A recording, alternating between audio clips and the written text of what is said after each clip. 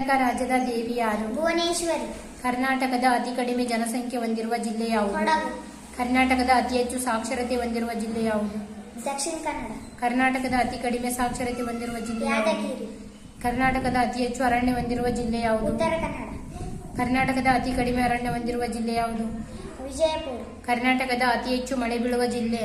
ಉಡುಪಿ. ಕರ್ನಾಟಕದ ಅತಿ ಕಡಿಮೆ ಮಳೆ ಬೀಳುವ ಜಿಲ್ಲೆ? ಚಿತ್ರದುರ್ಗ. ಕರ್ನಾಟಕದ ಅತಿ ಹೆಚ್ಚು ಉಷ್ಣಾಂಶ ಹೊಂದಿದ ಜಿಲ್ಲೆ? ರಾಯಚೂರು. ಕರ್ನಾಟಕದಲ್ಲಿ ಅತಿ ಹೆಚ್ಚು ಮಳೆ ಬೀಳುವ ಸ್ಥಳ?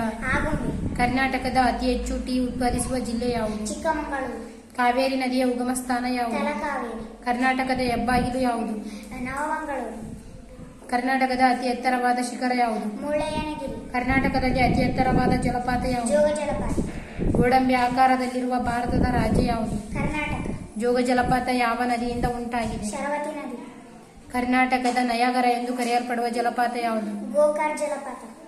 ಕರ್ನಾಟಕದ ದೇವಾಲಯಗಳ ತೊಟ್ಟಿಲು ಯಾವುದು? ಐಹೊಳೆ. ಕರ್ನಾಟಕದ ಅತ್ಯುನ್ನತ ನಾಗರಿಕ ಪ್ರಶಸ್ತಿ ಯಾವುದು?